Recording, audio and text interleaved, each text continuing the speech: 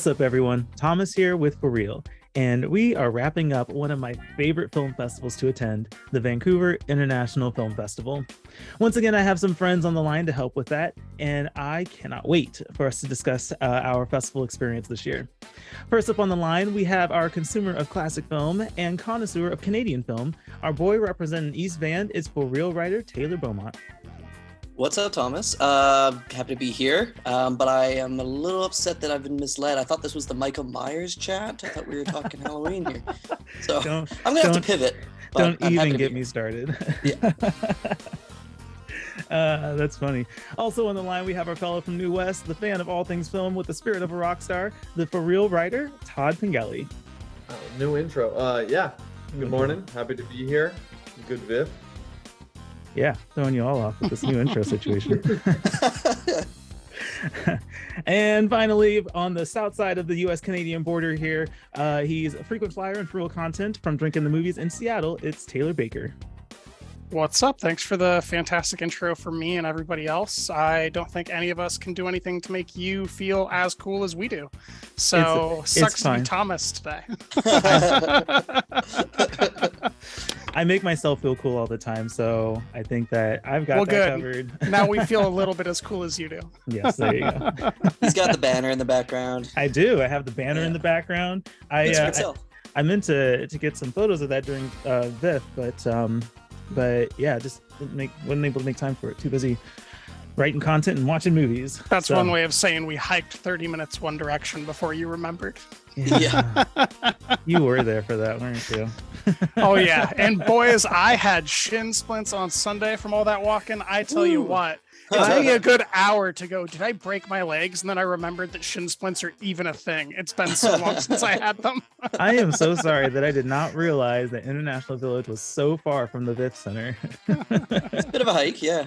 The things we do for movies, eh? The things, actually, I mean, I would have, if I had recognized exactly how long that walk was going to be, I would have just paid to park. That would have been, but you know what? I got my steps in, burned some calories. I was meaning to go to the gym that day and didn't, so that's what I did instead. It was a subconscious effort, I suppose. You reminded me about shin splints for the first time since elementary school playing soccer. So yeah, everybody learned something. You're welcome.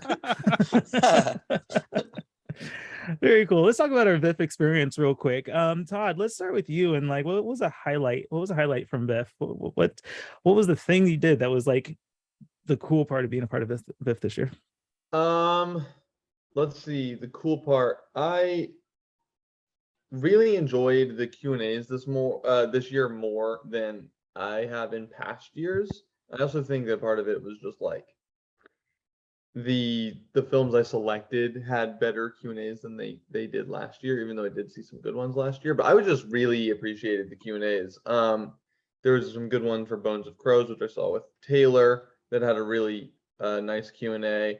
I saw the Q&A for The Grizzly Truth. That was really good. Just all around, the Q&As were really good and felt like they added a lot to the film experience for the films I happened to select that had them. Yeah. Nice. Very cool.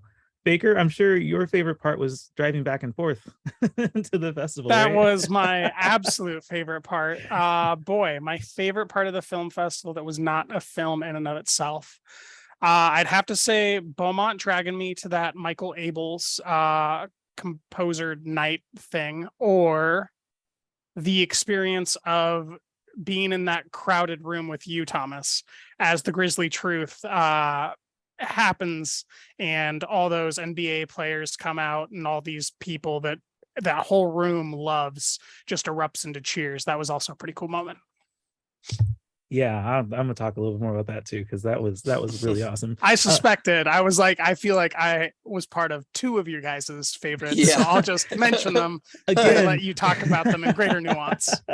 You know, I will actually jump into that real quick. The Grizzly Truth, that was such a cool thing to be a part of, just because that documentary really speaks to the fans of the Vancouver Grizzlies, and so they turned out and turned up too. Like, someone brought a flag I posted on Twitter. This guy just waving this flag in the middle of this sold out theater, and then the intro that they did for introducing the basketball players and the director, and it was just and then the cheerleader girls came out, and the cheer team came out, and the whole crowd went crazy. I was like, these aren't the NBA players. Why are you more excited?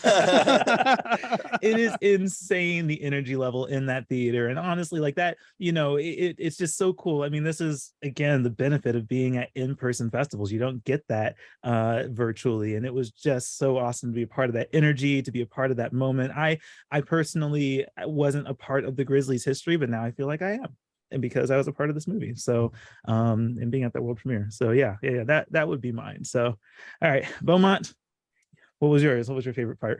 Well, Baker touched on it, and yeah, that was the Michael Abels talk, which was a cool event that was a collaboration between VIFF and him, and also the Vancouver Symphony Orchestra. Michael Abels kind of breaking down the process that went behind him composing the scores for Get Out, Us, Nope. He also touched on some work that he does outside of film, including like some opera work, I believe he was talking about.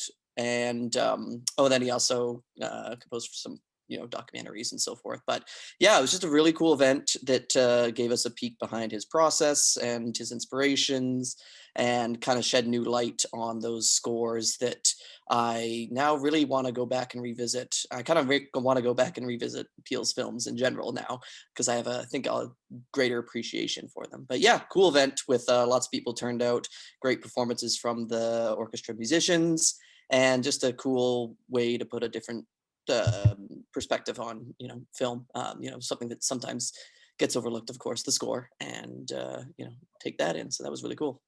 Yeah, I think the best single moment from that is when he explained the conversation he and Peele had about the difference between what he wants and what gospel is, and what he envisioned gospel horror being, just removing any sense of hope at all that's possible. I thought that was a very cool nugget. Yeah, for sure. I love this trajectory that Peele is on for getting to the award season, because they screened Nope at Toronto, and now of course we have the live performances here of the score here at VIFF. So yeah, it's kind of cool to see that work being showcased as we get ready for award season. Yeah, the event actually marked the first time that the Nope score had been performed live for an audience. So that felt so cool. Really cool to be a part of. Yeah. And it happened in Vancouver. That's awesome. Yeah. I would have never expected. Yeah, Tiff just got a Q&A from Peele. Yeah. Better step it up, Tiff. Sucks to suck. Yeah. Very cool. Yeah, the Vancouver Film Festival, just a really, really great time. I think really awesome moments here, and I am sad that I wasn't able to do more and to be at more of these events, but I did appreciate the experience that I had, and really applaud the VIFF team for putting on another great festival this year. So let's talk about movies that we really liked. I think we're going to keep this one a little more concise. I believe we all have an honorable mention, and then what we would probably consider our favorite, or maybe one of our favorites at the festival to discuss. Beaumont, let's start with you and your honorable mention. What is a film that you want to highlight from the festival that you saw? So with VIFF, I was using this festival to explore more world cinema. At TIFF, I was very much, taking in North American films. So this time I wanted to, expand my breadth. And one of my honorable mentions is a film called Before, Now and Then, directed by Camila Andini. It's an Indonesian film. It's a period piece. I look at a marriage that kind of doesn't work, but at the same time works in Indonesia's kind of post-independence era, which, I don't know too much about, but the film kind of imagines and kind of relates to you in a very interesting way. It's yeah, it's just a very sensual film. It's very slow paced, but it kind of like washes over you in a really cool way. It's got, it's kind of like it's going to get comparisons to In the Mood for Love and other Wong Kar-wai kind of type projects.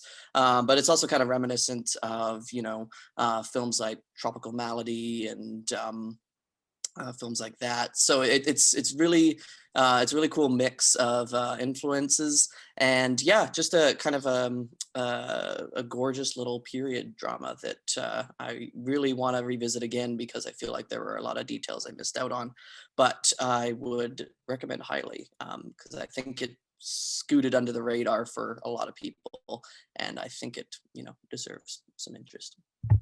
Yeah, did anyone else see this? Unfortunately, I missed this one.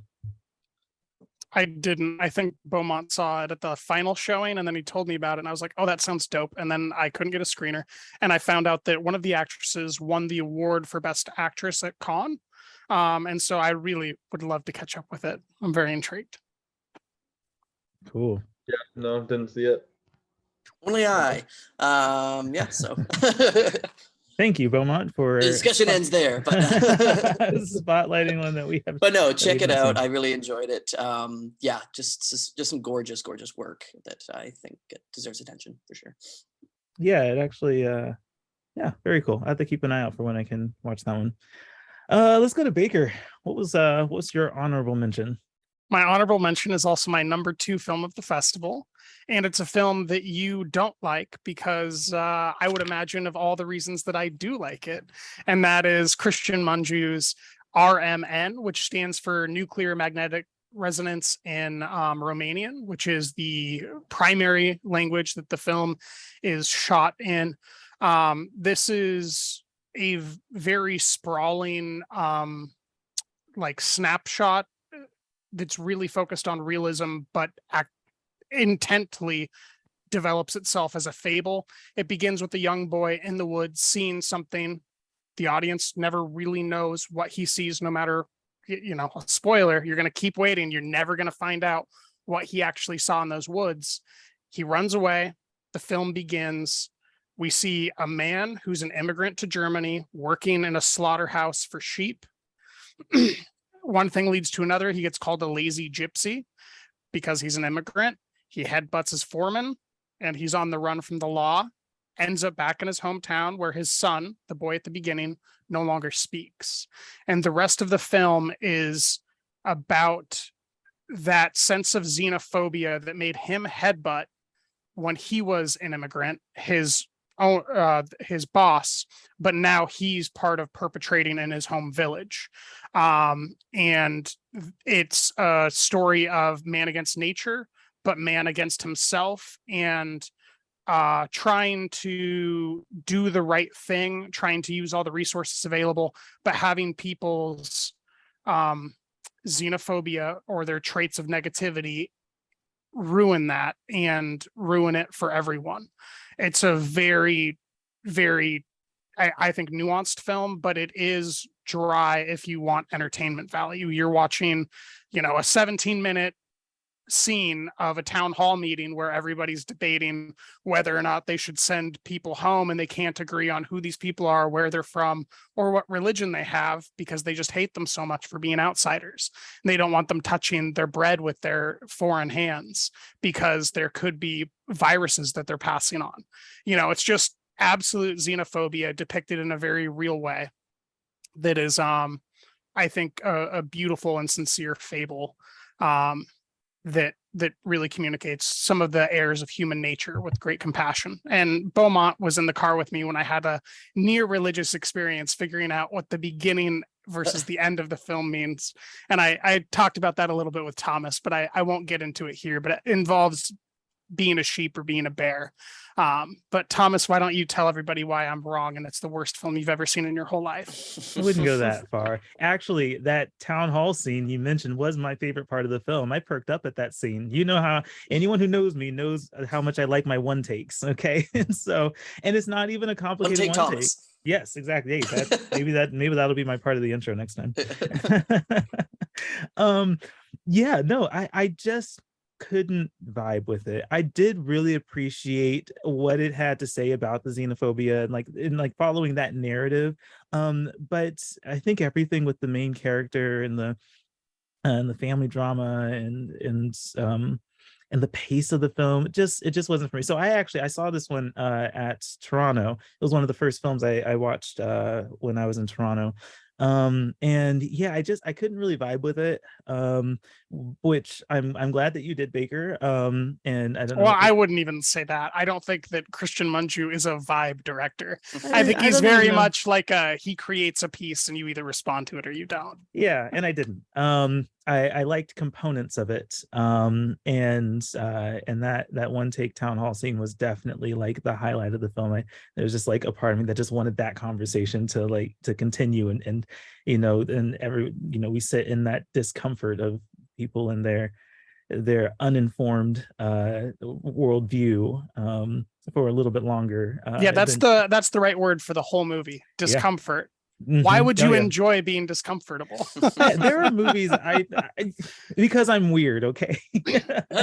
Right, but this one is realism. There isn't a score, right? Oh, there isn't. It's very true. Natural. Yep. So you're not enjoying these moments of trepidation. You're just like, fuck.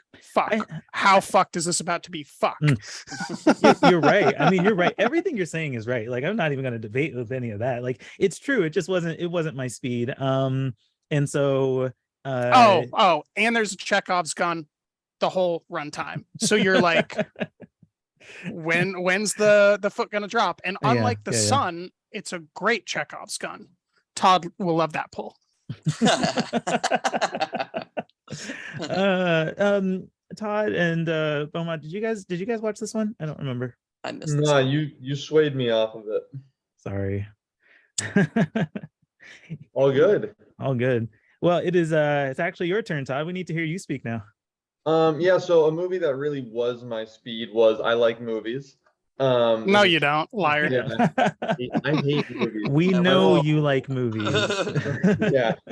So, yeah, that was like when we went to see this, right? My partner texted me. They're like, "What are you seeing?" And I was like, "I like movies." And they're like, "Cool, I know, but like, what are you seeing?" I'm like, yeah, that's the name of the film. The name of the film is I Like Movies. This was I think like a breakout at TIFF. It's Chandler Levac, her feature film debut. She's a Canadian filmmaker from just outside of Toronto, Burlington, I think it was.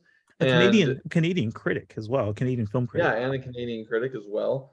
And this is like a coming of age story set in 2003 about a young man who works in a blockbuster knockoff of sorts in the film, although it's based very heavily on Chandler's own experience actually working in a blockbuster in the early 2000s. And it's just kind of about being that like teenage cinephile that, for lack of a better word, sucks, just sucks as a person. And I think it was a really moving movie, one that really knows how to like get under your skin and make you like feel for the characters involved, not just the main character, but all of the characters. I think there's a large array of really, really great supporting performances in this film. Yeah, one that made me laugh, one that made me tear up a little bit, one that had me like elevating, like off my seat near the end, because they were talking about a movie that I hold so dear to my heart that I was like about to erupt. Just a real like, I was like, yeah, movies are great, aren't they? And even though I don't relate to the main character, I was not like, I never wanted to do film. I never wanted to like talk about movies with my friends when I was a teenager. I was not that kind of kid, but those people existed around me, and I've become more enthralled in their cohort as I've gotten older. And so it's just so funny to like see that coming of age story really manifested very well. And I liked it a lot. And so if you are a fan of Canadian cinema or a fan of movies, I would highly recommend checking this one out. I think it's become like one of those little cult classics where people are like, yeah, if you know, you know. And it seems like a lot of people are going to know because it's being picked up by lots of festivals. including VIFF. It was the surprise showing at VIFF. So Yep. yeah, I like movies. I was very happy that VIFF announced this one as like a last minute addition. Good pick here because I think all of us saw this one. Beaumont, what were your thoughts on it? Yeah, I was super fortunate to have been there at that Sunday night screening. It felt like kind of a homecoming for the film because the main actor is from East Van, went to high school in East Van, and it was clear that he had invited. Sorry, I'm forgetting his full name. I think his name is Isaiah. I can't remember his last name, but he clearly brought out a lot of his friends and family for the screening. So it was cool to be in that atmosphere and just feel the the love and the passion that went towards the project. We also got a little bit of a Q&A there at the end, but yeah, I mean, this is a delightful little film that is made with lots of love, but also doesn't shy away from some tougher subjects. And it kind of gets down to some nitty gritty about the characters and what they've been through, some of the traumas they've endured, the grief they live with, and how film can kind of be, your escape from that. It can kind of be the other world that you can kind of pour yourself into to get away from the tougher parts of life. And while, it honors film as a great escape in that sense, but it also kind of, has commentary on the kind of person that you can become if you do, pour yourself too heavily into your passion. And yeah, and I think it's a film that a lot of people will be able to relate to and will hold very dearly, because I think it's a very personal and like I've said, lovingly made film. It's quite fantastic.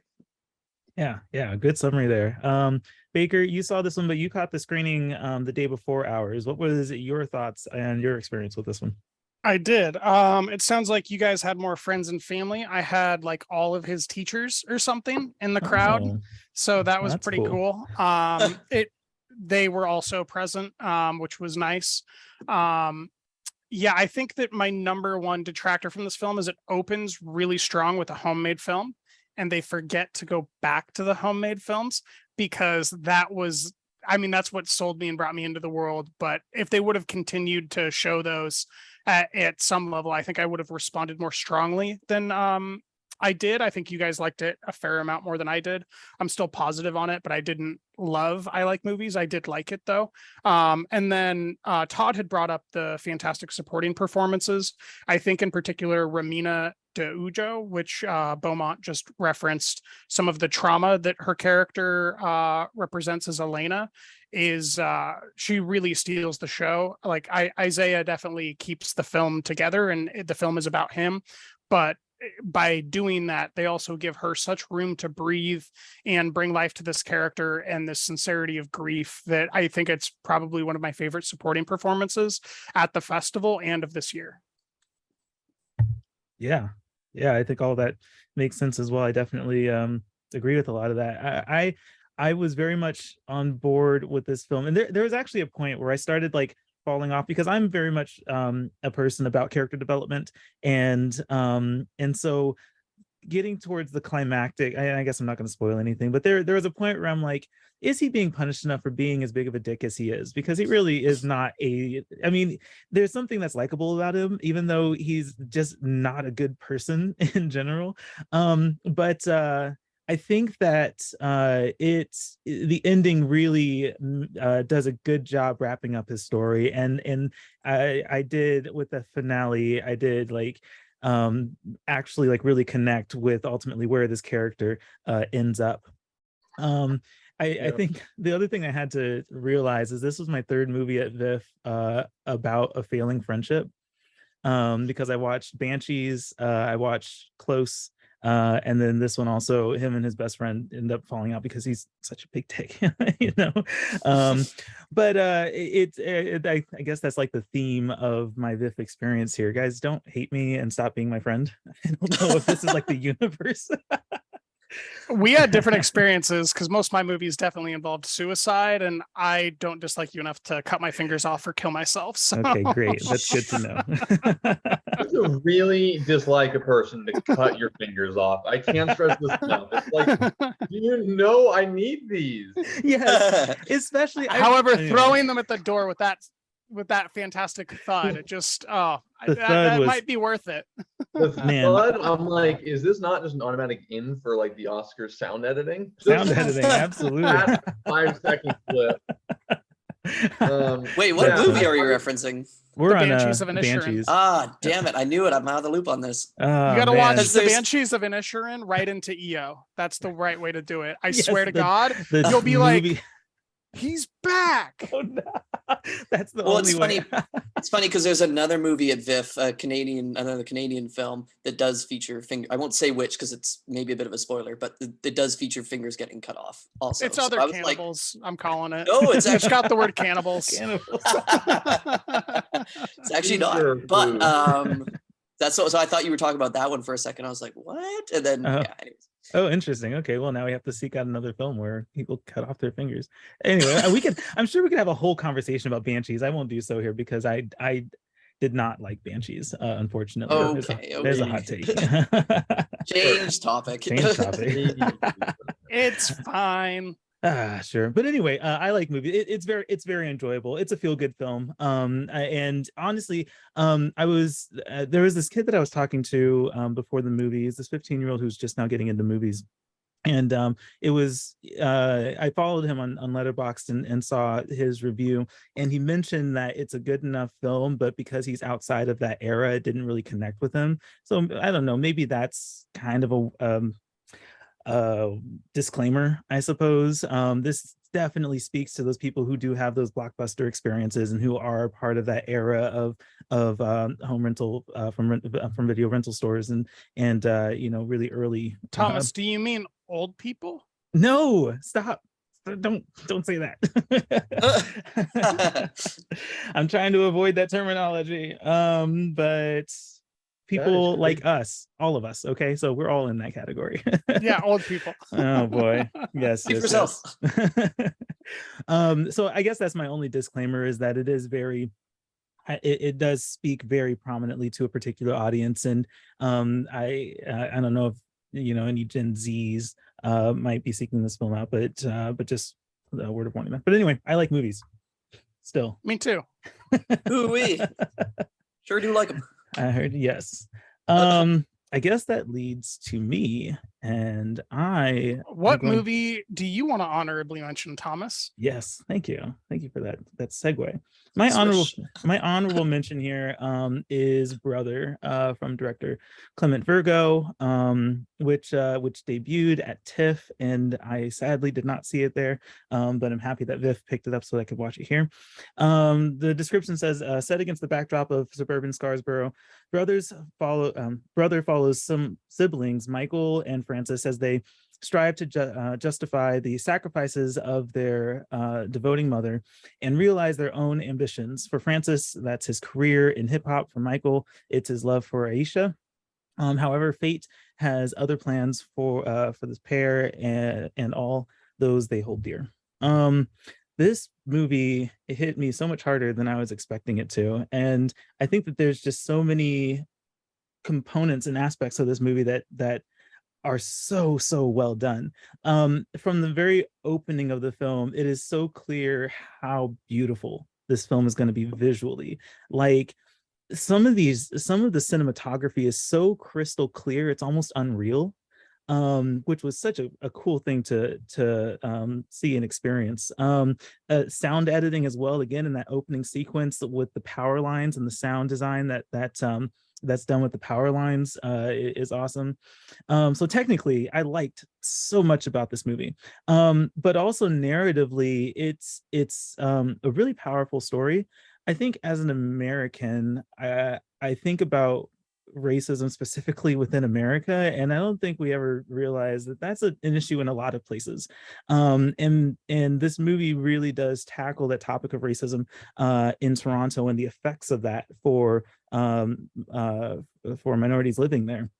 It tackles it so effectively, and just reminds us that this is still something that needs awareness even outside of America. Like this, it's very important to keep telling these stories, whether that be here or in Toronto or wherever. So and yeah, because it's a Toronto film, I wish I had seen it at the Toronto Film Festival. That would have been fun. But and the other thing, all these regrets. I missed the In Conversation with Clement Virgo at the festival, but I did stay for the Q&A after the film, which I think I'll write a little bit about when I publish about this film.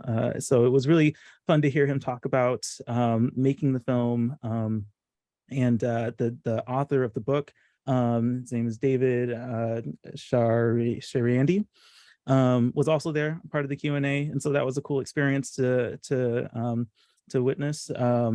Actually, I went with Dakota from ContraZoom podcast, so shout out to Dakota. It was a cool experience. Fantastic film, awesome to hear the Q&A. I strongly recommend this movie. So, did anyone else see Brother? I didn't, but I just realized that Aaron Pierre's in it, and I fucking love that dude. He is the only Black person on the beach in Old, notably, but he is also Caesar in the Underground Railroad, which he doesn't get too much time to breathe in that show, but he really cements the world instantaneously and provides a bunch of stakes and humanity in the blink of an eye. So I'm totally in, because I think that guy's the real deal. I think he's going to go really far. He's the next Kelvin Harrison Jr. probably. Actually, Dakota and I were talking about this. It's so unfortunate that the performances from Aaron Pierre and also Lamar Johnson, who plays his brother, that those are going to be completely overlooked this award season, and they shouldn't. They are fantastic performances, and I don't think the movie's going to be big enough to get that kind of attention, which is very unfortunate for a lot of reasons. But yeah, what you're saying, it is entirely relevant here for sure. Fantastic performances from both of those actors. Yeah, I didn't get a chance to see this. I had something conflict in my schedule right at the last second, non-movie related conflict, unfortunately, because I would have opted to take Brother over. You have a life outside of movies? What's wrong? Yeah, it's unfortunate and brand new, but I'm all with it. Oscars for mid-sized sedan when we can get them. Yeah, I'm all with it. That's right. Shout out. That's great. Very cool. And then Beaumont, you didn't see this one either, right? Unfortunately, no. Yeah, I haven't seen Cool. it, but All right, yeah, thank you for sharing your words. I am very excited to check it out one day. Put it on your to watch list. Actually, Beaumont, I think that brings us back to you. What is, I don't know if this is your favorite film or just one of your favorites, but what is the film that you're going to talk about? What is the best film of the entire festival? The film. Don't mess this up. Don't mess this up. And don't say Banshees either. Yeah. Oh, you're crazy. I'm about to swap mine right now, Thomas. I'm gonna go with another one that no one else saw, but I saw. It's the one that stuck with me the most, the one that kind of drilled its way into my head and kind of stayed there. It's this film called Other Cannibals. Baker already kind of made mention of it. It's a Italian-German co-production from a first-time director, Francesco Sosai, and it, well, as the name kind of implies, you can kind of guess where it might go, but it's interesting. It's an interesting film because you don't really know what's going on, but you do have this title, Other Cannibals, kind of hanging over it. So as the film kind of progresses and it follows this guy who works at a factory, feels like a very menial job, feels like he's very checked out of the job and wanting to do something else with his life. But he's a middle-aged guy and it's clear that he's been doing this job for a while, but on this weekend, he meets up with this very much random guy, kind of like a first time, like anonymous meetup. And you don't know how they met, whether it was like through some sort of weird web forum or an app or whatever, but they meet up and they abscond to this kind of mountain house for the weekend, presumably to partake in what the title of the movie would suggest. But very quickly do they get sidelined and sidetracked and go on different tangents. And it also becomes very clear that they just don't really know what they're doing or how to do it.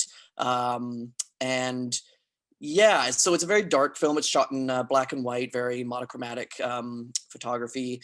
and it's very kind of bleak feeling. It's kind of like it creates like an Eraserhead type world where it's just this industrial kind of wasteland, and these guys just kind of wandering around it, trying to figure out their manhood basically.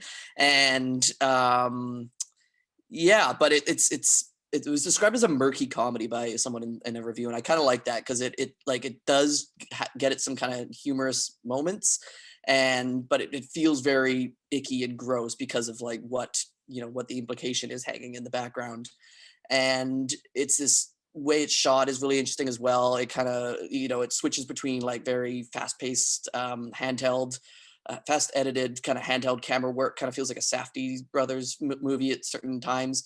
And then it just kind of has these long static shots as well that just kind of go on, and it starts like a movie. And I feel like those two like styles are very like opposite ends of the filmmaking spectrum here, but they kind of are used to kind of equal effect in this movie, and that can certainly put some people off this movie, and I totally understand that. But for me, it just kind of really drew me in and really really kept me guessing throughout. It's a bizarre little movie. It does feature an extended sequence of a pig slaughter, so if that's something that immediately puts you off of film, avoid it for sure.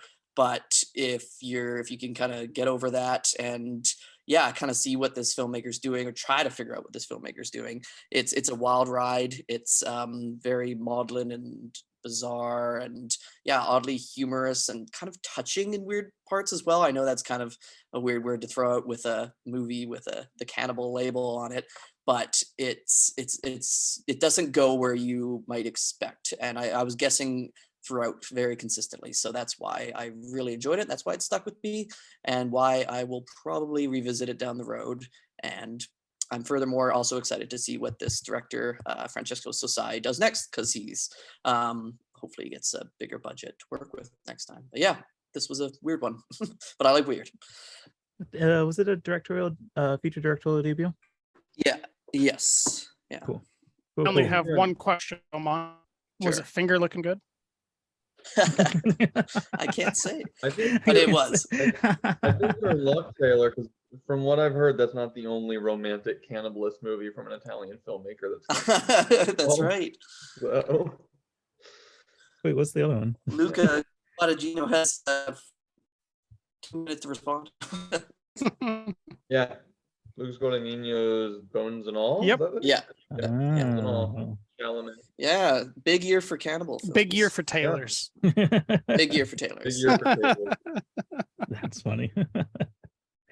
Very cool. Baker, leads us to you. What's your best movie of the festival? And the best movie of the festival is a film that nobody saw at VIFF besides me. You guys may have seen it at TIFF, though. That's how the Taylors do it. It's called The Whale. It is written by Samuel D. Hunter, and it is Hunter's first adaptation to screen, from what I understand, which he did himself. Aronofsky reteams with Matthew Libatique, and if you know what that means when you say those names together, you assume the most rivetingly, meticulously choreographed and directed with camera film that you could imagine. But instead, The Whale is very much laid back and letting its actors take the stage, just like Hunter's play would have them. It's not focused on creating the atmosphere that Mother was. It's not focused on using trepidation and psychological horror the way that Black Swan was. I mean, it's not like Pi, Requiem for a Dream, Noah, all these other films that Libatique and Aronofsky have teamed up for. It's a very restrained, pulled back frame that really just allows the mood to inhabit through the actor in a very naturalistic way. I'm sure there's tons of stuff you guys want to say. Sadie Sink deserves a lot of accolade for this. I think that all the supporting actors bring Brendan Fraser's character to life, and of course he's got to get this award, guys. Like, the Renaissance has to happen. For sure. Yeah. I think we talked extensively about this one during Toronto. And I believe Beaumont, I think you have a review online for The Whale. Yes, yeah. Okay, cool. I wrote about that film very spiritedly upon seeing it, and Yes. yeah, I'm definitely on board with Baker here. It's a film about performances where the performances just really get center stage and really are allowed to. You're really allowed to take them all in the power of them, in the nuance in them, in everything implied in every small gesture and line of dialogue. It's really is fantastic work by all the actors involved. Very, very interesting characters, very different kinds of characters, all kind of like bouncing off each other. But it's, yeah, like Baker said, not a super dynamically shot or like super high, heavy on style kind of film. It's just very much just allows those actors to breathe and give the performances that Aronofsky wants out of them. And yeah, no, I think it's quite a triumph. And yeah, I mean, we've all seen Fraser on stage now getting those standing O's, and he's right on track to hit Yeah, it big. I'm really happy that the standing ovations for him weren't hype, right? Like, he absolutely deserves the accolades for sure for this role. Todd, did you want to throw any more thoughts at this one? No, I mean, I will say, just kind of piggybacking quickly on what Taylor was saying, and also what Taylor was saying, that thankfully, and I do mean thankfully in this way, thankfully, I think it's going to be Aronofsky's most like accessible film, in terms of just like general audiences connecting to it. This is a dude who, infuses his films with lots of style, and that can mean that a lot of them are really polarizing, right? I wouldn't say that like Mother was like universally panned or universally acclaimed. It was very much either end of the spectrum. I think this one is, for the most part, like, you could be like, yeah, you should go see it to like your coworkers or to your family, and you're not like, and they're like, Aronofsky, you're like, yeah, but, and they're gonna be like, oh yeah, because it is just and then it show. opens up on an overweight man masturbating, and they're like, we're gonna leave. Yeah, well, I mean, there is That did happen. But I mean, So essentially, grab your popcorn during the trailers and then walk in. If you're trying to be Exactly. family, walk in like 2 minutes late. It's unbelievable. Yeah. That's the opening scene of what may go down as Aronofsky's most populist film. But yeah, no, I mean, it's an actor's showcase, and they all do an awesome job. Yeah, I would be very interested to see public reaction when it releases, because I mean, aside from that opening moments, it definitely kind of it screams award season, holiday season, like that super emotional type of film that we kind of get in the holidays sometimes. Yeah, I think that this is, it's just a movie that's made at the right time and coming out at the right time and has all the right talents, and I do just hope that people don't see Darren Aronofsky and think Mother, oh, this is probably going to be off the hinges, because it's not. It's like you guys said, it's very different than that, and very accessible. I think Black Swan's probably still the most like well-known film that he's ever made. I don't think very many people that are common folk go, Aronofsky, Mother. Like, that's just not, Black look at the Swan, box office numbers, you'll see. Requiem. Yeah, Requiem's just so old though. People that went to Blockbusters might know about it. Us old folks. Yeah, but I don't even know. I guess I don't even know if I want people to see Darren Aronofsky and then think Black Swan, right? Because it's just a totally different kind of film, and yeah, you want them to think The Fountain. I see you. I see you. Yeah. So, well, this is I'm glad that was your favorite. Let me just say one more thing, because I probably should. I do think that Libatique and Aronofsky doing this restrained perspective does something that he accomplished very effectively in Mother, which is what all stage plays want to do, which is establish little room locations into the mind of the viewer. And that bedroom that he could never get into because he was too big for the doorway, I mean, that's a living character in the film. Now that I'm away from it, the porch where Hong Chow brings them out to have conversations that he can't be a part of, that is equally its own character in the film, and that is such a hard thing to accomplish. So I think that there's there is something more than just the performances that they're able to accomplish with this restrained cinematography that's really like showing another level of development to Aronofsky, I think.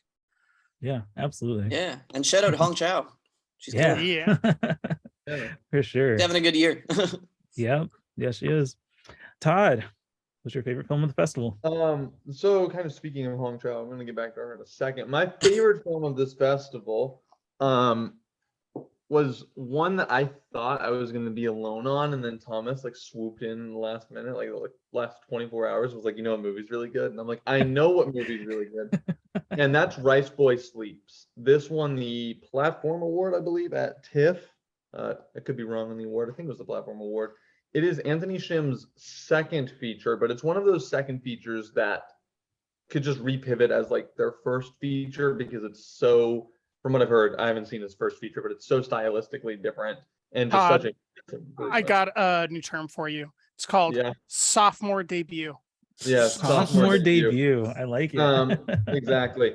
And so Anthony Shim tells a story of a young single mother whose partner died, passed away shortly after the birth of their son. They move from, I believe, like China or Hong Kong, one of the two, to Canada, and she raises her son in Canada. And it's all about, and it's set in the early 90s and then late 90s, or I guess 80s and then late 90s, because there's two different sets to this story. There's the set with her and the young toddler who is, I don't have the actor's name in front of me, but that kid is just like a star. He's like a perfect little child star. He's like 6 years old and he's just incredible. And then most of the movie is with the teenage son. And it's just a really moving film. And why I mentioned Hong Chow is because in 2019, when I first got like introduced to Hong Chow, was in Andrew On's film Driveways, which was in my top 10 films of that year. And Driveways is very similar to this film in that it's about a single Asian mother in that case, I think they're in like Idaho or Montana. So not in Canada, but in North America, the immigrant. And it also features a young child. And it's just kind of about, you know, being the Asian outcast in an all-white society. And that one is way more contemporary. This one is obviously set in like the 90s and 80s briefly. But they both are made with such a love and sentimentality that like it's immediately infectious and you just immediately feel with like all caps, like capital F, like it's just like a real meant to make you feel. And I don't think Rice Boy Sleeps reinvents the wheel here. It's not telling an entirely new story, and I think it actually is better because of that.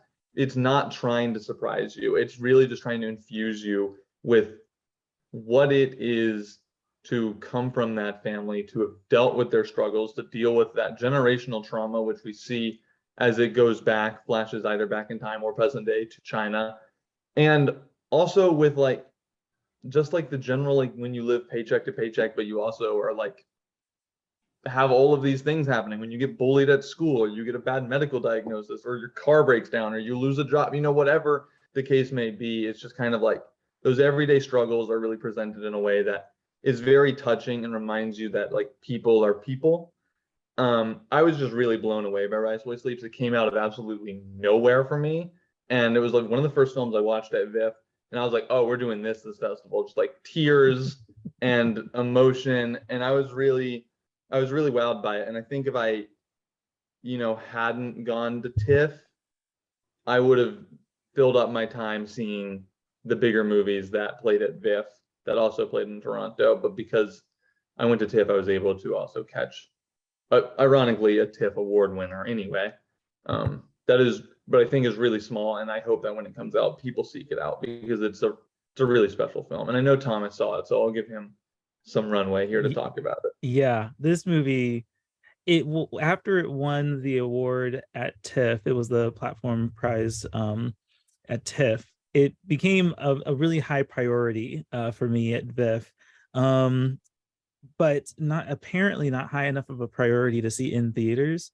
So I was able to watch a screener, and it's a great film, but there was just a moment where I was like, man, I need to be like in an audience with this one. Like like being able to be in the theater and like experience it and to have all your attention on the film is something that would be highly advised for Rice Boy Sleeps. I think that it's such a special movie, and such a just all I can say is that there's a lot of, like you were saying, Todd, like the feels, capital F. There's so many feels with this movie, and I think there was a scene where the mom has to argue with the principal about why her boy is getting in trouble for some conflict that happened at school, and the other boys and the other parents weren't dealing with this. Man, that scene happened, and it just like hit me. Like, this feels so real. This feels like something that would happen, and I am just in her position, like, principal, what is wrong with you? Like, and you really, it does such a great job of making the audience feel that struggle. Like, you can talk about it and you're like, oh well, there's discrimination, right? But I think this movie does such a great job at putting you in that position and making you feel that injustice, or making you feel that struggle, and making you feel the situation that they're in. It's really good. It's really good. Yeah, that's what I'll say. Did anyone else end up getting around to this one? I have not yet. Yeah, I want to. I'm just like, also it's October and I gotta watch my spooky movies too. But yes, I will watch this one 100%. I need to be there for my Canadian filmmakers, and I want to love and support them. Canada. And I think Anthony Shim is actually from Vancouver. Yeah. I don't think Rice Boy Sleeps is set in BC, as far as I could tell. Definitely not set in Vancouver. Seems a little more rural. But shout out. Yes, BC represent. Yeah, buddy. Very cool. That was Todd's. It's my turn.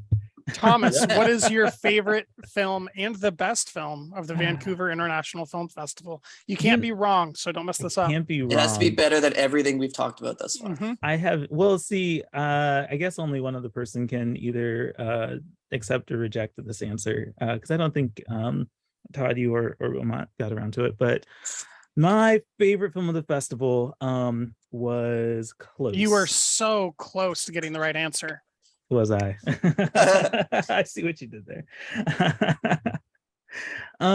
Yes. Directed by Lucas Don't, I think. Don't. It's the description says, on the cusp of adolescence, Leo and Remy spend their carefree summers building an intimate bond of friendship. But as their days of bicycle riding through dampled flower farms and cuddling sleepovers fade into the school year, their closeness is scrutinized and called out by their classmates. Remy is unfazed, determined to stay true to their friendship, while Leo is angry and distraught, pulling away from Remy out of self-conscious fear and taking up ice hockey to distance himself from his best friend. As the rift between them widens into an irreparable, tragic rupture, Leo struggles through feelings of guilt and responsibility for his betrayal and connects with Remy's mother, Sophie, in hopes of making sense of the world he now lives in. This film is an A24 film, which I didn't realize before I saw it. And so it was one of those moments where A24 pops up. I'm like, ooh, yay. I'm gonna look forward to this. But it's so it's a heavy film. It's a very heavy and emotional film. But I think what's so special about this film is that first act with the two boys, Remy and Leo. I am spacing on the actors' names right now. But again, talking about child actors, just phenomenal performances from these two, particularly in this first act of the film. It really gives this nuanced look at what friendship can look like and how intimate friendship could be at that age. But because that first act is so strong with building an understanding of their relationship, it just like the rest of the film, it just becomes so heavy because of what ultimately ends up happening between the two. So I really appreciated the story.